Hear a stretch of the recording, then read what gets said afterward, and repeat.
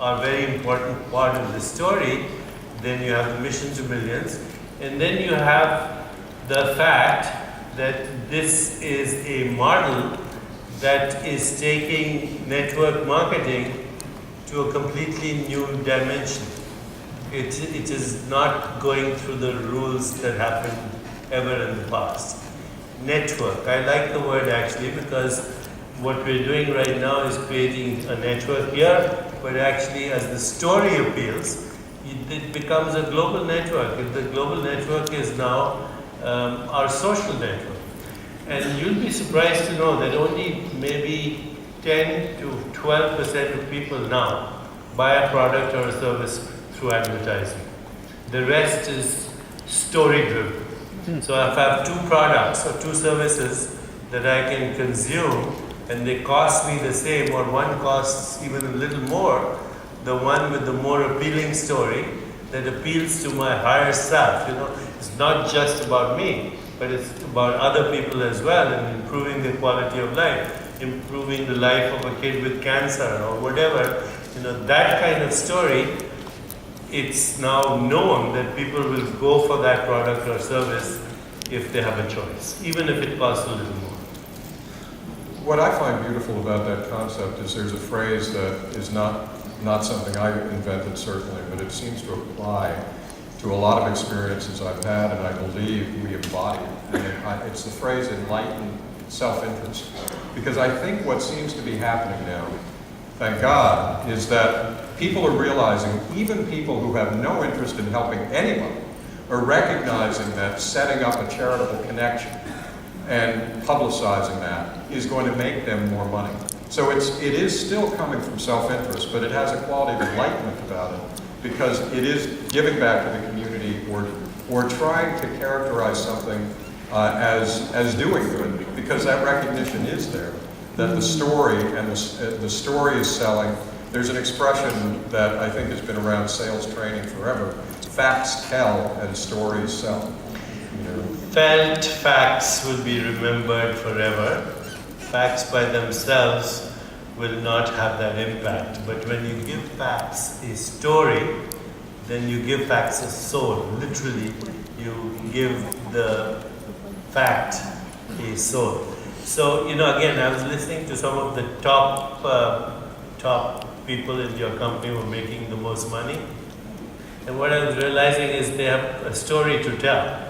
So I would advise everybody here tonight, or as soon as you get a little bit of reflective time, to write down this question: what's my story? Okay, and then write your story and make it inspiring, and make your story something that would make people want to change the world themselves. You should be able to write your purpose, life purpose. You should be able to write your story, and you should not set any limitations on your story, because every limitation you set becomes the limitation. Fantastic. I just thought of something. In our conversation this morning, I was kind of bringing you up to speed on how much I've stolen your concepts and made them my own. Nothing, not even your body belongs to you. Nothing belongs.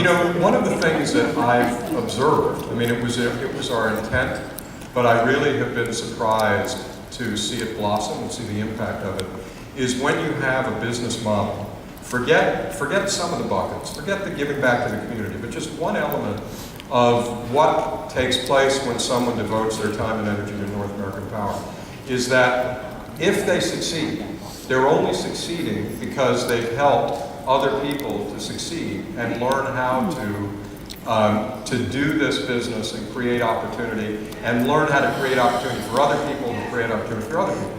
The impact seems to be incredibly powerful. It seems as if while people are making more money, unlike almost any other job I can think of, short of being a doctor or a nurse or a fireman, because all they're able to do to make money, or the only way they can do it, is by helping other people, their self-esteem seems to be very seriously impacted in a positive way.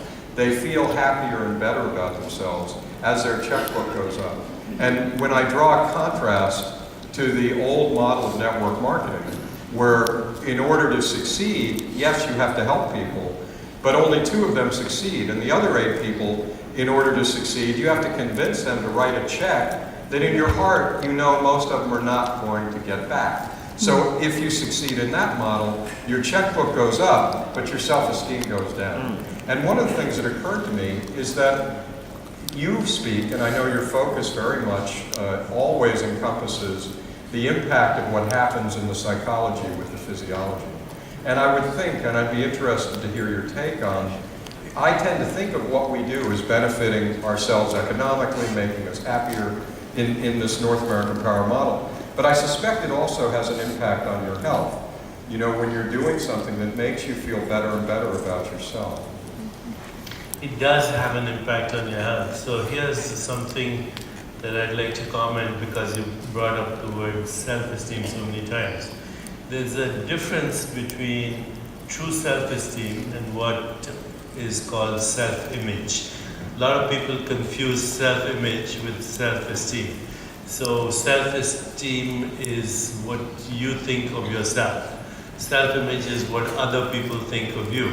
So when you're coming from that point of view, self-image alone, then you're always worried about, you know, who's approving, who's disapproving, who's superior, who's inferior, criticism, flattery, all these things affect you a lot, and basically you're coming from fear. If you have true self-esteem, then you are independent of the good and bad opinions of others. You actually are immune to criticism and flattery, and you're totally fearless. If you can sustain those 3 things which I just said, and combine them with just being a nice person, which means good manners, politeness, deference, respect, all of that, just being a warm personality, nothing will stop you. Nothing at all can stop you, because the world is a direct reflection of your self-esteem.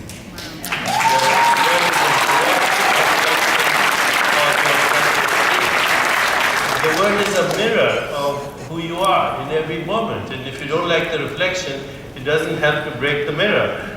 You have to shift inside. So this is the true secret of success. To come from a place of self-esteem, to recognize that success is the progressive realization of worthy goals, but it's also self-esteem. It's the ability to love, have compassion, but most importantly, it's the ability to connect with the creative center inside you, which spiritual traditions call your core self or your soul, which is constantly on this thrive, the path to grow and evolve. That's the true basis of success. Now, what you mentioned here also, I wrote a book a long time ago that the 7 spiritual laws of success, and one of the whole 7 laws is the law of giving and receiving, which keeps the world going. Every cell in your body is in the flow of giving and receiving. If you stop the giving and receiving, you basically stop the flow of life. Your blood coagulates, you get a heart attack. So here's the big secret. If you want something, whatever you want, learn how to give it. You want love, you learn how to give love. If you want respect, give respect. You want to be successful, make other people successful. You want to make money, help other people make money. That is a natural law. And it's a law of nature. You can't violate this law of nature. Well, what I love about what we've done here, what we're doing together, is that we sort of tripped over a lot of these things. And you were the first person back in July of 2011 when you came to an event and you spoke. And you heard me speak. And I had no idea what you were going to talk about. And all of a sudden, when I listened to you speak and characterize what you heard me say, I thought, wow, we really are doing something important here. Because you helped me to understand the principles that we're talking about now that I think are more important, really, for the well-being and reflect more of what somebody can derive from being involved with this opportunity or another opportunity with the same structure. It's more than money. I believe that feeling a sense of fullness, feeling that elevated self-esteem which causes you to be fearless, which causes abundance in your life, all of these things which helps to create better health because you feel more relaxed with yourself. This seems to come about from working in an opportunity like this where you really have to help other people and where you have a constant feeling that you're doing something good.